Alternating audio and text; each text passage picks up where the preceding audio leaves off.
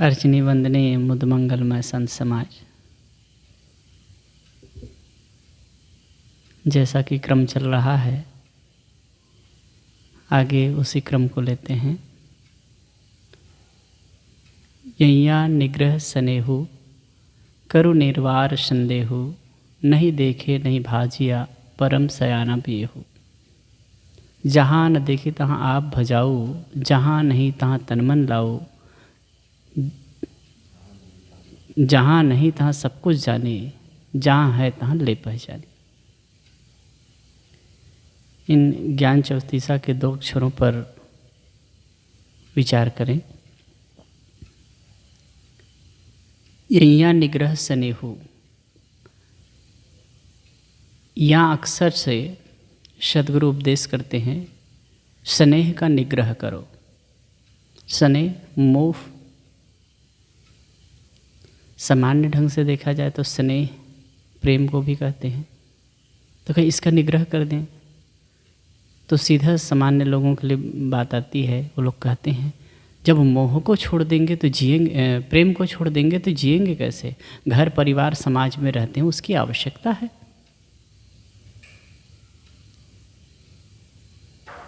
तो वास्तव में मोह ही बाधा है जीवन के लिए। मोह से ही समस्या पैदा होती है। मोह ऐसा नहीं है कि आपके आध्यात्मिक विकास के लिए बाधा रूप है, मोह व्यवहारिक जीवन के लिए भी बाधा रूप है। यदि हम कहीं किसी से मोह करते हैं, कहीं भी अगर मोह की प्रबलता है तो दुख वहीं से हमको मिलने वाली है। और दूसरी बात है कि चार लोगों के बीच में रहते हैं, किसी एक के प्रति मोह हो गया तो हम दूसरों के साथ अन्याय नहीं कर सकते, दूसरों के साथ में न्याय नहीं कर सकते, अन्याय होगा ही।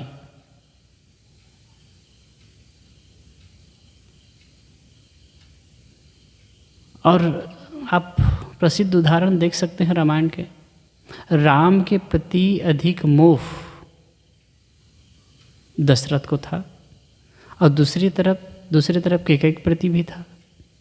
इसलिए उन्होंने और के लिए न्याय नहीं कर पाया। कैकेयी के मोह ने राम के प्रति न्याय नहीं दिलाया और राम के मोह ने भरत के प्रति न्याय नहीं किया। अब इसी मोह के कारण दशरथ को प्राण पीड़ा हुई और मारे गए क्या, मर गए। मोह ने मार दिया। मोह की प्रबलता ऐसी है, मुझे एक कहानी याद आ रही है, कह दूँ। कुछ बच्चे गली में खेल रहे थे।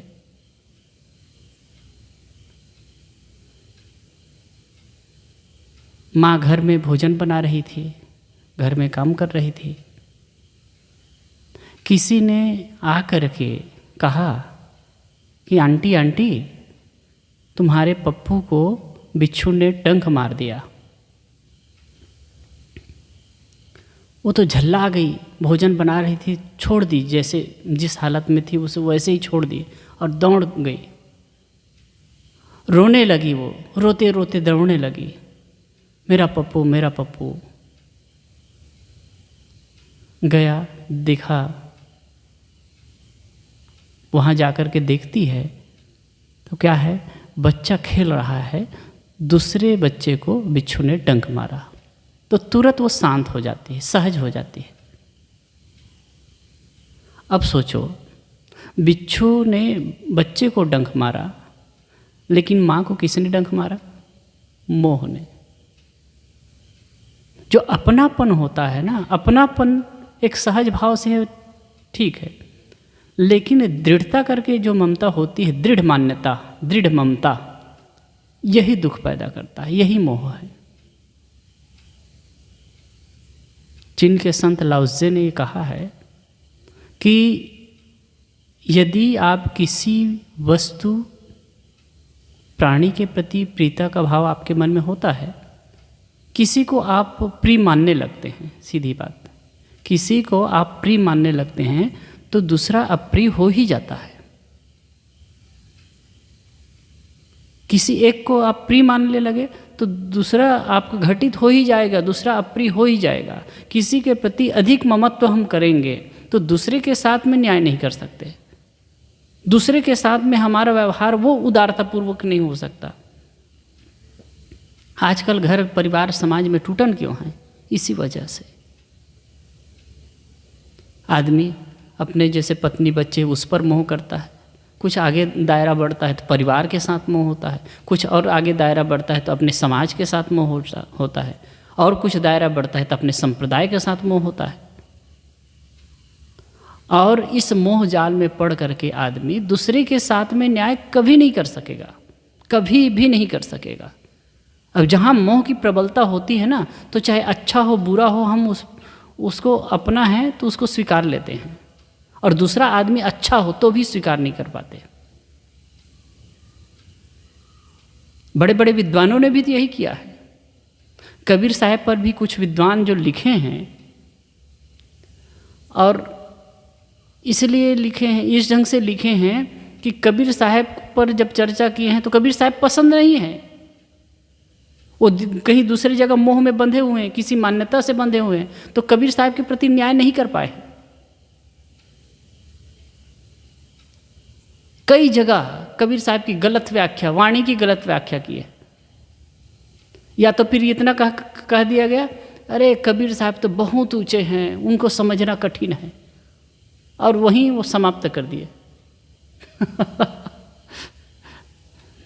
तो कहीं भी वस्तु, परिस्थिति, प्राणी, कहीं भी हमारा मोह होता है तो वो मोह हमें दुख देता है। इसीलिए सदगुरु कबीर कहते हैं, यैया निग्रह स्नेहो, स्नेह का निग्रह करो, मोह ही दुख देता है। महात्मा बुद्ध ने बड़ा सुंदर कहा है कि जिसका एक मोह उसका एक दुख, जिसका 10 मोह उसका 10 दुख, जिसका 100 मोह उसका 100 दुख, और जिसका 1000 मोह उसका 1000 दुख। ये जो मोह है मन की आसक्ति है, जिसको दार्शनिक भाषा में हम राग कहते हैं। योग दर्शन में कहा गया है कि राग, पंच क्लेश में एक क्लेश है राग। सुखानुसई राग, सुख के पीछे, सहज अगर हम देहाती ढंग से अर्थ करें तो सुख के पीछे सो जाना राग है। जहाँ सुख की प्रतीति होती है वहाँ अपने को खो देना, ये राग है। और यही होता है, हम जहाँ कहीं भी आसक्त होते हैं, कहीं भी प्रीता का भाव मन में उत्पन्न होता है, फिर हम निर्णय नहीं कर पाते, समझ नहीं पाते, विवेक शक्ति सो जाती है, और इसी से दुख खड़ा होता है। इसलिए सदगुरु कहते हैं कि निग्रह करो, मोह का निग्रह करो, मोह को छोड़ो। और जितना मोह को हम छोड़ते जाएंगे उतना ही सुखी होंगे। जहाँ जहाँ हमारा मन बंधा रहता है ना, तो मन निर्ग्रंथ नहीं होता है। ये इसी ज्ञान चौतीसा में जो बात आया है, कक्का कवल किरण में पावे, शशि विग्रसी संपुट नहीं आवे। शशि चंद्रमा, मन का देवता चंद्रमा को कहा गया। तात्पर्य में मन संपुट ना हो, वासनाओं में बंधा ना हो, मोह से बंधा ना हो, खिला हुआ हो, छुटा हुआ हो, कॉम्प्लेक्सेस फ्री माइंड हो, ग्रंथहीन मन की अवस्था हो। यही सुख और शांति का साधन है। इसलिए यहाँ कहते हैं साहब, यैया निग्रह स्नेहु, करु निर्वार संदेहु। दूसरी बात, संदेह का निवारण करो। संदेह के लिए तो बहुत ढंग से संत महात्मा कहानी कहते हैं, बात बताते हैं, अनेक इसके रूप की विवेचना करते हैं। सामान्य ढंग से देखें तो एक व्यावहारिक संशय है और एक आध्यात्मिक संशय है। व्यावहारिक क्षेत्र में जिन लोगों के बीच हम रहते हैं, जिन लोगों के साथ में हम काम करते हैं, जिन लोगों के साथ में उठते बैठते हैं, उनको लेकर के मन में संशय बना रहता है, संदेह हो जाता है। और संदेह ऐसा गुण है कि न तो आदमी को जीने देता है और न तो मरने देता है।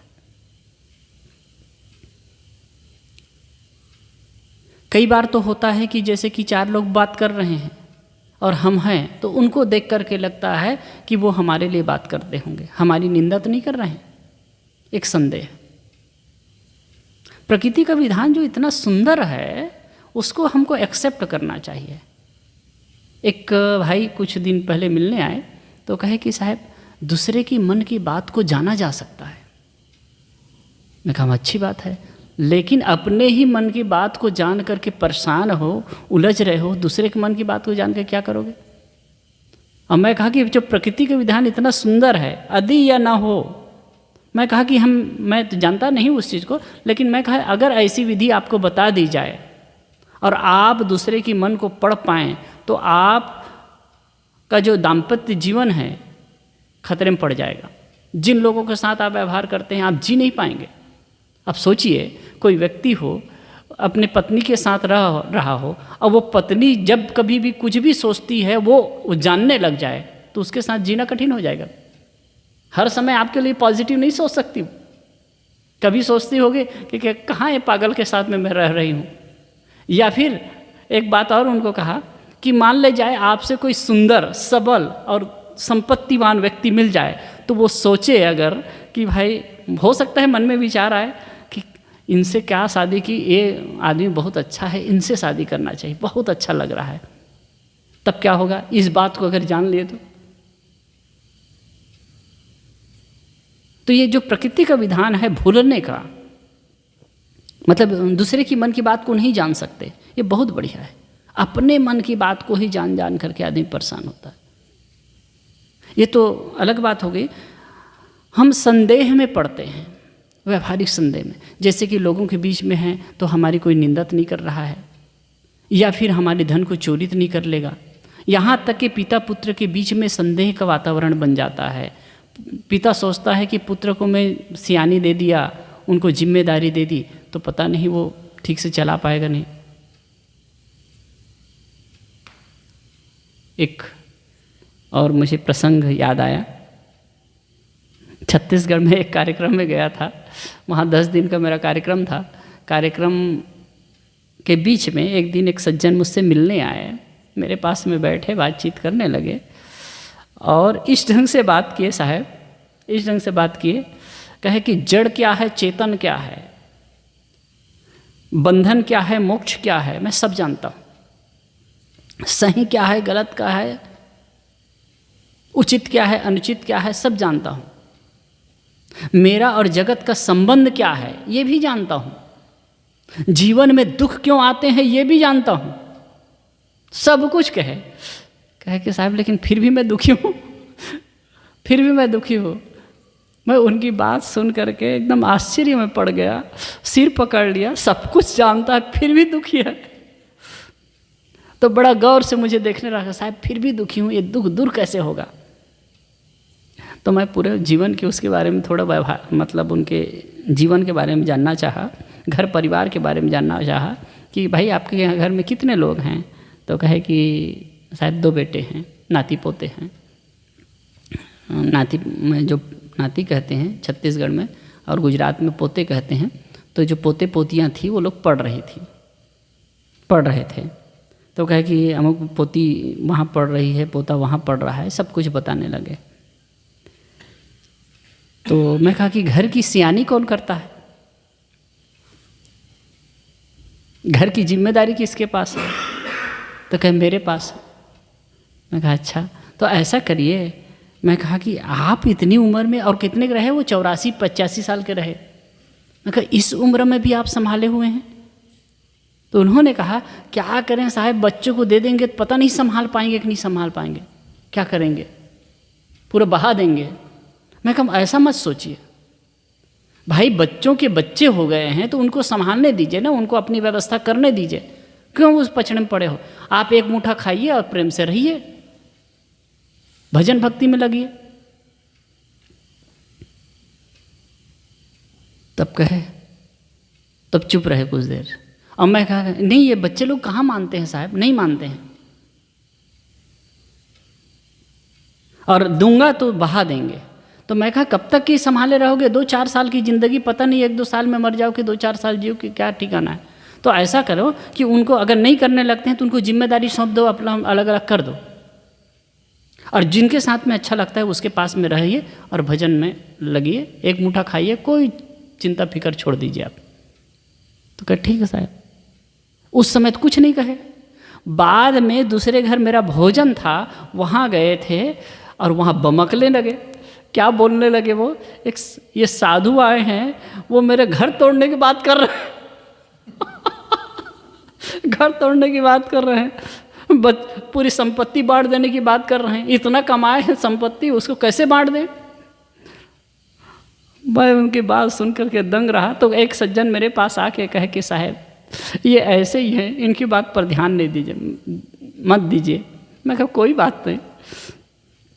तो ऐसे होता है, अपने ही बच्चों के बीच में हैं, अपने परिवार के बीच में हैं, लेकिन वहाँ भी उनको संदेह हो रहा है।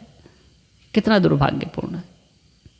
ऐसे होता है पति पत्नी के बीच, पिता पुत्र के बीच, भाई भाई के बीच, परिवार परिवार के बीच, अपने समाज के बीच। आजकल तो ऐसा माहौल खड़ा किया जा रहा है, इस ढंग से हो रहा है कि एक वर्ग दूसरे वर्ग को संदेह की दृष्टि से देख रहा है। कभी मैं जो सोशल मीडिया से मैं सुनता हूँ, यूट्यूब वगैरह से सुनता हूँ, तो सुन करके आश्चर्य लगता है कि कहाँ जा रहा है समाज। आगे 8-10 साल में, 20 साल में क्या स्थिति होगी कुछ भी कहा नहीं जा सकता, कुछ भी कहा नहीं जा सकता। हिंदू मुस्लिम के बीच में आपस में एक वैमनस्य बढ़ रहा है। हिंदुओं के बीच में ही एक वर्ग से दूसरे वर्ग के बीच में वैमनस्य बढ़ रहा है। एक दूसरे को संदेह की दृष्टि देख रहे हैं। ये संदेह ऐसा घुन है कि आदमी को जीने नहीं देता। जैसे कि लकड़ी में घुन लगता है ना, तो फिर वो अंदर से उसे चाल करके रख देता है, खा जाता है। ऐसे ही स्थिति ये संदेह की बात है। कहीं भी किसी भी वस्तु परिस्थिति,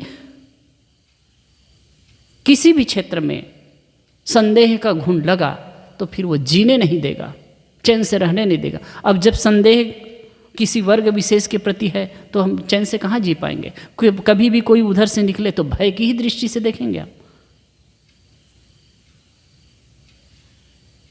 अब ये दुर्भाग्यपूर्ण है और ये माहौल बनाया जा रहा है। और कभी कभी लगता है कि प्रकृति अपने आप में संतुलन करना जानती है। हाँ, तो जो जैसे संख्या बढ़ रही है ना, जनसंख्या बढ़ रही है, तो इसी प्रकार से उथल पुथल कुछ हो करके आपस में लड़ेंगे, कटेंगे, मरेंगे। तो ये तो व्यवहारिक आध्यात्मिक बात लेकर के साहब कहते हैं, यदि तुम सुखी रहना चाहते हो, आध्यात्मिक भी कह सकते हैं, व्यवहारिक भी कह सकते हैं, तो संदेह का निवारण करो।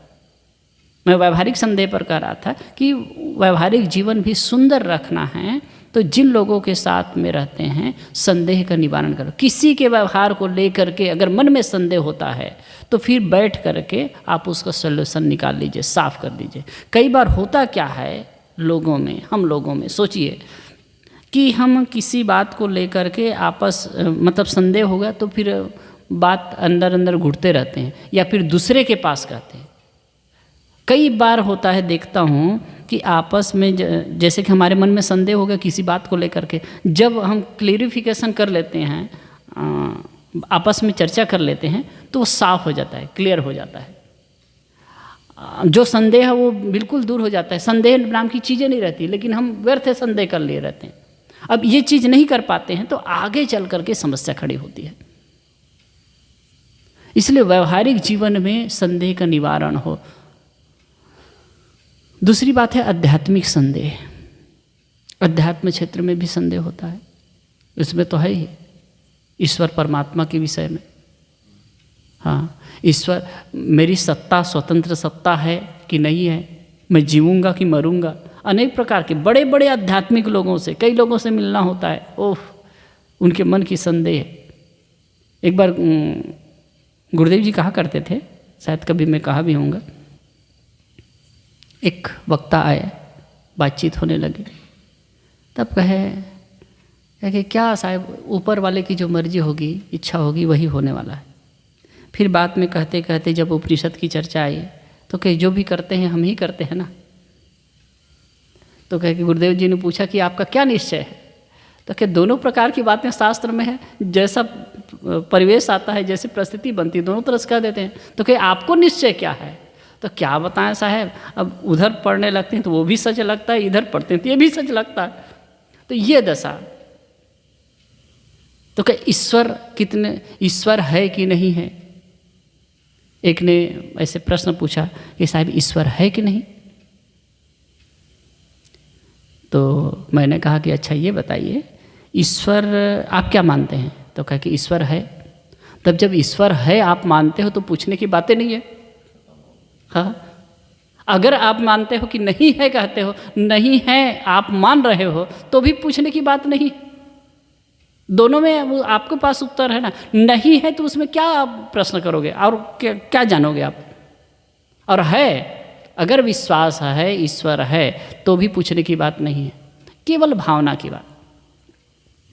आदमी उलझा रहता है तो क्या ईश्वर है कि नहीं है? मैं स्वतंत्र सत्ता हूँ कि ईश्वर से मिल करके उससे तादात्म्य होकर के मेरी पूर्णता है? अनेक प्रकार के आध्यात्मिक क्षेत्र में संशय है। मैं अपना कल्याण कर सकता हूँ कि भाई ऊपर वाला जो कुछ करेगा तभी हो सकेगा। कभू दीनदयाल के भनक पड़ेगी कान, उसके भजन भक्ति करते रहो, फिर वो कल्याण कर देगा। तो इन सब बातों में मनुष्य के मन में संदेह है, और ये संदेह भी इतना चालता रहता है लोगों को कि क्या कहना। कई बार तो होता है कि अपने में, जैसे कि हम लोग जाए ना पारखी संत में चले गए, जान गए कि कबीरपंथी है, तो एकदम पारक की बात बोलेंगे, एकदम पारक की बात। और जैसे वो दूसरी तरफ जाएंगे तो फिर वो कट करके बोलते हैं, अलग ढंग से बोलने लगते हैं। तब हम कहते हैं भाई आप मानते क्या हैं, आप जानते क्या हैं, क्या आपका निश्चय क्या है, आपका पक्का क्या है? तब कहे कि भाई साहब संसार में सब तरह के लोग रहते हैं ना, तो सब चलाना पड़ता है। अब एक तो कहे कि ये जो प्रथम सीढ़ी है साहब, जो पूजा आराधना ये सब सीढ़ी है, तो एक हमारे महात्मा ने एकदम खड़ा होकर के कहा सीढ़ी है, तो आप कहे कि सीढ़ी है छत जाने के लिए। वो कहा कि छत में जाने के लिए सीढ़ी है। तब कहे कि 50 साल 60 साल से आपके यहाँ लोग आ रहे हैं, तो क्या उनको सीढ़ी पर ही बैठाए रखोगे? अब सही बात है, जब आप मान रहे हैं कि सीढ़ी है, कई लोगों से सुना हूँ साहब वो मूर्ति पूजा की, ये तो सीढ़ी है साहब। अब सीढ़ी है तो कब तक बैठे रहोगे? जीवन भर उसी में बैठे रहोगे? उससे ऊपर उठिए। खास करके मन का संदेह ही दूर नहीं हो पाता है, निश्चय ही नहीं कर पाते। अब इसीलिए जो पेंडुलम की स्थिति उनकी होती है। साहब कहते हैं करु निर्वार संदेह हो। व्यवहारिक जीवन में सुखी रहने के लिए व्यवहारिक क्षेत्र में जिन लोगों के साथ में आपका व्यवहार है, जिन लोगों के साथ में आप रहते हैं, संदेह का निवारण करके, किसी प्रकार के भी अगर संदेह है तो आप चैन से नहीं रह पाएंगे। इसीलिए मिल करके उसे क्लियर कर लीजिए, साफ कर लीजिए बातचीत के माध्यम से। और दूसरी बात है आध्यात्मिक क्षेत्र में ईश्वर ब्रह्म परमात्मा जो कुछ भी धारणा है उसके प्रति भी अगर संदेह है मन में, तो कभी कभी तो कितने लोगों को देखा जाता है। एक कहे कि भाई होई हैं सोई जो राम रच राखा, को कर तर्क बढ़ावे शाखा। तब फिर बात हुई तो कहे कर्म प्रधान विश्व कर राखा, जो जस करही सो तत्फल चाखा। हाँ ये बात भी तो ऐसा है ये बात भी तो है। तो इस प्रकार से जो संदेह की स्थिति जो बनी रहती है ना, उसमें आदमी इतना दुविधाग्रस्त रहता है, उलझा रहता है। एक ठोस निर्णय की स्थिति जब तक नहीं होगी, मन की मक्कमता पक्कापन जब तक नहीं होगा, जीवन में संतुष्टि नहीं हो सकती। तो साहब कहते हैं करु निर्वार संदेह हो, नहीं देखे नहीं भाजिया परम शयान पे हो। जहाँ नहीं देखते हो, विवेक से जहाँ कुछ देखने में ना आए, समझ में ना आए, वह न भागो। लोग तो गाड़िया प्रवाह के अनुसार चलते हैं, क्या कहते हैं, भेड़िया दसान की तरह चलते हैं। जहाँ भीड़ जाने लगे उसके पीछे जाते हैं, विवेक ही नहीं करते हैं। जब विवेक से समझ रहे हो कि यहाँ कुछ नहीं है, इसमें दो बातें, खानी और बानी की चर्चा होती है ना। खानी जाल में जो संसार की वस्तुएं हैं, प्राणी पदार्थ हैं, विवेक से देखो कि क्या साथ में रहने वाला है। सब कुछ तो मिटने वाला है, कुछ समय के लिए, जैसे कि हमारा जो व्यवहार है उसके लिए है, लेकिन उसमें मोह बनाना, उसके पीछे दौड़ना, हाय हाय में पड़े रहना। कई बार देखते हैं साधु महात्मा की दशा भी होती है, पैसा रुपया पैसा भरे लेकिन दौड़ रहे हैं। एक महात्मा से बात हुई तो वो क्या कहे कि मैं कहा साहब आपके कितना जमा है, आप जानते हैं, नाम नहीं लेना है, आप जानते होंगे। तो कहे कितना जमा है साहब? तो कहे कि साहब 15 से 20 लाख रुपया होगा। कहे अरे राम राम। तो मैं कहा था हम तो आश्रम चलाते वहाँ भी उतना नहीं है। तो मैं कहा इतना पैसा है साहब, आपको तकलीफ़ है, बूढ़े हो गए हैं, एक जगह रहते और कोई अच्छा से मजूर रख लेते, बना के खिलाते, आनंद से रहते, अपने भजन भक्ति में लगे रहते। तो उन्होंने दिल की सच्चाई, उनकी सच्चाई को मैं समझता हूँ, उसने क्या कहा, कहे साहब इतना है लेकिन मन की तृष्णा है ना, ये कम नहीं होती है। मैं कहीं सत्संग की बात सुनता हूँ ना, कहीं सत्संग है, जाना है, तो फिर जाना ही है। वो चल नहीं पाते हैं, देख नहीं पाएंगे, तब भी वो जाएंगे ही, क्योंकि रुपया पैसा मिलता है भेड़ बंदगी के लिए, कि मैं ठहर नहीं सकता हूँ साहब। तो मैं कहा ठीक से खा नहीं पाते हो, ठीक से आप व्यवस्था अपने जीवन की नहीं कर पा रहे हो, ठीक से पहनते नहीं हो, तो पैसा इकट्ठे करके क्या करोगे? अंततः फिर दूसरे ले लेंगे। लेकिन क्या करें साहब, तृष्णा है। और वो कहते भी हैं, एक कहे कि साहब आपके पास जूता नहीं है तो जूता ला दूँ, तो कहे हाँ ला दीजिए। तो कहे हम भाई अब आप लोग दोगे तो उसी से चलेगा। आप कहे आप चाहे जितना दे दें, हाँ चलेगा, हमारी तृष्णा कम नहीं होने वाली है। अब ये एकदम साफ शब्दों में उसको कह दिया। हाँ, तो ऐसे भी होते हैं। तो लेकिन ये तो समझना है, इतना तो समझते ही आदमी कि कुछ भी साथ जाने वाला नहीं है, लेकिन उसके प्रति ममत्व और पकड़, ये दुर्भाग्यपूर्ण है। साहब कहते हैं नहीं देखे नहीं भाजिया। और दूसरी है वाणी जाल के, स्वर्ग और नरक की बात करते हैं, खास करके स्वर्ग की बात कर सुनिए। एक विचारक कह रहे थे कि जो हुरे होती है तो इतना लंबा कितने के 30 फीट या कितने फीट उनके बाल होते हैं, 30 से 32 फीट बाल होते हैं, अब इतने चमकते रहते हैं, इतना प्रकाश होता है, आप तो यहाँ प्रकाश में ठीक से आप मतलब चौंधिया जाते हैं, परेशान होते, गर्मी लगती, वहाँ तो इतना प्रकाश होता है। और वो जो हुरे हैं ना, इतनी सुंदर, उसके चेहरा देखो तो अद्भुत चेहरा, और वो बाल है 32 फीट ना, वो बाल अगर छितराए ना तो उससे हजारों सूर्य के समान चमक निकलती है। अब ये तमाशा क्या है, लोगों की दुर्दशा है ये सब सोच में। केवल मन कल्पना है, कोई किसी ने नहीं देखा है ऐसे स्वर्ग की बातों को। साहिब कहते हैं कि जो देखे नहीं भाजिया। हाँ, वहाँ क्यों भागे जा रहे हो? एक कल्पना लोक की बातों में, मन की भावनाओं में मत उलझो, यथार्थ और सत्य को समझने की चेष्टा करो। जहाँ न देखे तहाँ आप भजाओ, जहाँ नहीं तहाँ तन मन लाओ।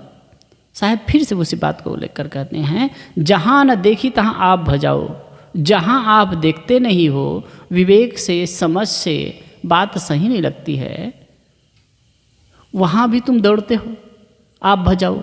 जहाँ नहीं तहाँ तन मन लाओ, और जहाँ कुछ भी नहीं है वहाँ तन मन समर्पित कर रहे हो, अपनी मान्यताओं के बना खेल में अपने उलझ रहे हो। जहाँ नहीं तहाँ सब कुछ, जहाँ नहीं तहाँ सब कुछ जाने, जहाँ है तहाँ ले पहचाने। और जहाँ कुछ भी नहीं है वहाँ सब कुछ जान रहे हो। ये ब्रह्म मान्यता की बात, ईश्वर परमात्मा स्वर्ग आदि की बात, ये कुछ है नहीं, लेकिन सब कुछ मान रहे हैं। और जो तीर्थ मूर्त के चक्कर में लोग भटक रहे हैं, दौड़ रहे हैं, और वहाँ से कुछ हासिल नहीं होता है। आज एक मैं वीडियो क्लिप देख रहा था, तो उसमें एक बात आई, एक राजपीपला की एक महिला है, वो लोग वैष्णव देवी के दर्शन करने गए थे, वहाँ थोड़ा हंगामा नहीं हो गया था, कितने लोग मर गए थे, बहुत सारे 12-15 लोग मर गए। तो उसने कहा कि इतनी भयावह स्थिति थी कि हम बच करके आ गए। मैं कहा कि एक और कहीं घूमने के लिए चर्चा कर रहे थे, मैं कहा कि ऐसी स्थिति में भीड़ भाड़ की जगह में क्यों जाना भाई, क्या मिल जाएगा आखिर आपको। अब कुछ नहीं है लेकिन जा रहे हैं भेड़िया दसान की तरफ। इसलिए साहब कहते हैं जहाँ नहीं तहाँ सब कुछ जाने, जहाँ कुछ नहीं है वहाँ सब कुछ मान रहे हो और सब कुछ न्यौछावर कर रहे हो, कुछ हासिल नहीं होने वाला। यदि मन की शांति चाहते हो तो विवेक पूर्वक समझ करके ही चलो। जहाँ है तहाँ ले पहचानी, अंतिम बात साहब कहते हैं जहाँ है तहाँ ले पहचानी। जहाँ है, जो है सत्य है, आपका अस्तित्व है, आपकी चेतना है, उस चीज़ को पहचानो। या फिर सद्गुरु संत जहाँ रहते हैं वहाँ जा कर के, सत्संग में जा कर के पहचान करो, सत्य बोध प्राप्त करो। अब इसके लिए तो लोगों के पास टाइम नहीं है। अब इस प्रकार की बात करें तो फिर लोग समझ भी कहाँ पाते हैं, दूर भागते हैं। लोगों को एक तो मनोरंजन चाहिए, और एक मनोरंजन चाहिए और एक प्रकार से उनका मन, मनोरंजन की बात कही, मनोरंजन चाहिए और उसी में मन लगे रहते हैं। अब पिकनिक हो जाना चाहिए, पिकनिक मनोरंजन की ही बात है, अब उसी में लगे हैं। ये सब चीज़ हो जाए, खाना पीना बढ़िया हो, पिकनिक हो जाए, मनोरंजन हो जाए, काफ़ी है। कई जगह मैं देखा हूँ हजारों की संख्या में युवा वर्ग नाचते कूदते हैं, उसे मनोरंजन होता रहता है। कुछ समय के लिए मानसिक तनाव से दूर भी हो जाते हैं, ये भी बात सही है, उससे लाभ भी है कुछ कुछ। लेकिन अंततः क्या, अशांत मन में खिन्नता, अबोध की दशा ये बनी रहती है, ये दुर्भाग्यपूर्ण है। तो इसलिए सद्गुरु कबीर कहते हैं कि जहाँ है तहाँ ले पहचानी। जहाँ वास्तव में ज्ञान विवेक विचार की बातें हैं, सद्गुरु संतों के पास बोधदाता गुरुजन हैं, इनके बीच में जा कर के सत्य तत्व को समझो, जानो और अपना कल्याण करो। तो इन दो चौपाइयों के, दो अक्षरों के माध्यम से कुछ विचार किए। यही निग्रह सनेहु करु निर्वार संदेहो, नहीं देखे नहीं भाजिया परम सयाना पे हो। बोलिए सद्गुरुदेव की।